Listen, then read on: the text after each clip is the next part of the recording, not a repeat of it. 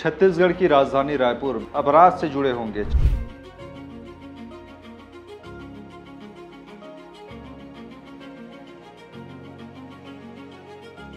रायपुर से ही लगा हुआ खरोरा इलाका से सामने आया है, जहां पर एक घर के मुहाने पर चौखट पर एक महिला की मूर्छित अवस्था में लाश पड़ी हुई होती है। वह आ जा रहे होते हैं। इसी दौरान किसी की नज़र उस महिला पर पड़ती है। देखते हैं कि महिला वहां पर आपत्तिजनक स्थिति में पड़ी हुई है। सर पर एक भारी भरकम पत्थर लदा हुआ है। वहां जमीन पर खून के लोथे बिखरे हुए हैं। ये देखकर वहां के आसपास के लोग सन्न रह जाते हैं, दहशत में आ जाते हैं। पुलिस को मामले की सूचना दी जाती है।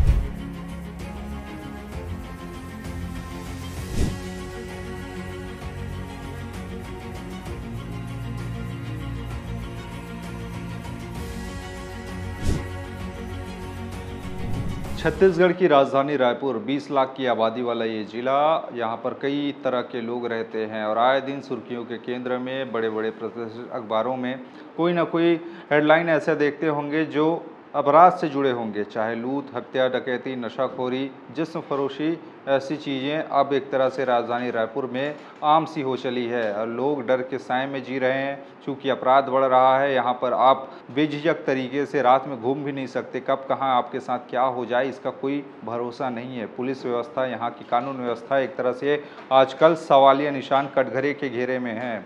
मैं ऐसा क्यों कह रहा हूँ, अब ताज़ा मामला आज आपको बताता हूँ, जो कि रायपुर से ही लगा हुआ खरोरा इलाका से सामने आया है, जहाँ पर एक घर के मुहाने पर चौखट पर एक महिला की मूर्छित अवस्था में लाश पड़ी हुई होती है। वहां से गुजरने वाले लोग वह आ जा रहे होते हैं। इसी दौरान किसी की नज़र उस महिला पर पड़ती है। देखते हैं कि महिला वहां पर आपत्तिजनक स्थिति में पड़ी हुई है। सर पर एक भारी भरकम पत्थर लदा हुआ है। वहां जमीन पर खून के लोथे बिखरे हुए हैं और लाल लाल पूरा का पूरा ज़मीन दिखाई दे रहा है। नज़दीक देखने पर पता चलता है कि वहां पर कुछ लाठी के टुकड़े भी दिखाई दे रहे हैं। साथ ही साथ दीवार पर खून की छींटें भी दिखाई दे रही हैं। ये देखकर वहां के आसपास के लोग सन्न रह जाते हैं, दहशत में आ जाते हैं कि आखिरकार इस महिला के साथ हुआ तो हुआ क्या है, क्यों वहां पर किसने और किस लिए इस घटना को अंजाम दिया, यह जांच का विषय था। पुलिस को मामले की सूचना दी जाती है। जैसे ही खरोरा थाना की पुलिस को इस बारे में खबर पड़ती है कि यहाँ पर वार्ड नंबर 13 में एक महिला की लाश मिली है घर के पास में, तो वो भी सन्न हो जाती है और वहाँ पर दल बल के साथ पुलिस पहुँचती है। वहाँ डॉग स्क्वाड की टीम पहुँचती है, फॉरेंसिक एक्सपर्ट की टीम पहुँचती है और जांच पड़ताल में जुट जाती है। संदेह के आधार पर कई लोगों से पूछताछ की जाती है, आस पड़ोस के लोगों से पूछताछ की जाती है।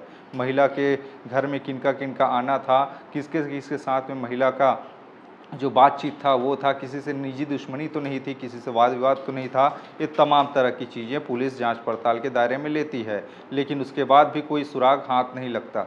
उसके बाद में पुलिस मामले की छानबीन के दौरान पता चलता है कि महिला का नाम पद्मा यादव बताया जाता है। पद्मा यादव बताया जा रहा है कि महिला अकेली रहती थी। प्रधानमंत्री आवास कुछ दिनों पहले उसने बनाया हुआ था। प्रधानमंत्री आवास एक योजना है जो केंद्र सरकार चला रही है, जिसके तहत में, लेकिन वहाँ पर किनका आना जाना था ये किसी को अता पता ही नहीं।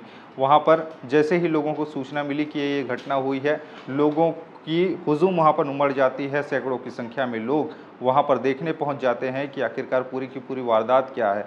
पुलिस के साथ साथ लोग भी वहाँ पर एक पूरा का पूरा मजमा लग जाता है देखने के लिए कि आखिरकार ये कैसा हुआ है, क्योंकि महिला के सर पर बड़ा सा पत्थर धंसा हुआ था, जिसके चलते उस महिला के सर फट गए थे और नीचे पूरा का पूरा खून बिखरा हुआ था और बगल में पड़ा था एक लाठी जो पूरा का पूरा टूटा हुआ था। जो अंदेशा लगाया जा रहा है, तो पहले तो महिला के साथ में मारपीट की गई है, उसके बाद में जब मारपीट करते करते लाठी टूट गई तो महिला हो सकता है कि मूर्छित अवस्था में ज़मीन पर गिर गई होगी। गिरने के बाद में आरोपी ने पहले तो महिला को पीटा, उसके बाद में बड़ा सा भारी भरकम पत्थर उसके सर पर पटक दिया, जिससे महिला की मौत हो गई। घटना शनिवार यानी कि आज का बताया जा रहा है, जिसमें पूरा का पूरा मामला सामने आया है। पुलिस जांच पड़ताल में जुटी हुई है, लेकिन अभी तक पुलिस के हाथ खाली है कि आखिरकार इस घटना के पीछे का आरोपी कौन है और घटना का मकसद क्या था और इस घटना में कितने लोग शामिल हैं, अब जांच का विषय है। पुलिस आसपास के सीसीटीवी कैमरे खंगाल रही है कि आखिरकार वहां से कोई सुराग मिल जाए जिसपे आधार पर वो आरोपी तक पहुंच सके। और कई लोगों को इसमें पूछताछ के दायरे में लिया गया है। आस पड़ोस के लोगों से पूछताछ की जा रही है कि उनके प्रति व्यवहार कैसा था। महिला का व्यवहार कैसा था आम लोगों के लिए, वहाँ पर आस पड़ोस में रहने वाले लोगों के लिए, इस सब को आधार बनाकर पुलिस जांच पड़ताल कर रही है। परिजनों से भी जांच पड़ताल कर रही है कि महिला के परिवार में कितने लोग हैं और वो महिला का संपर्क क्या था और उनका संबंध परिवार में कैसा था, ये तरह की चीज़ें। लेकिन अभी तक मामला पुलिस स्पष्ट नहीं कर पाया है कि इस हत्या के पीछे का आरोपी कौन है और इसमें कितने लोग शामिल हैं और इसका कारण क्या था, ये अभी के अभी पूरा का पूरा खुलासा होना बाकी है। बहरहाल इस घटना के बाद में पूरा का पूरा इलाका सन्न है, पूरा खरोरा इलाके में तहलका मच गया है पूरा कि आखिरकार ये घटना क्यों हुई और क्या इसका कारण था। अब इस जांच पड़ताल में पुलिस जुटी हुई है, मामले की जांच फॉरेंसिक एक्सपर्ट की टीम कर रही है, पुलिस की टीम कर रही है। अब संभवतः आरोपी गिरफ्तार होने के बाद में ही इस मामले का खुलासा हो पाएगा कि आखिरकार घटना वारदात के पीछे का मतलब क्या था, उसकी वजह क्या रही।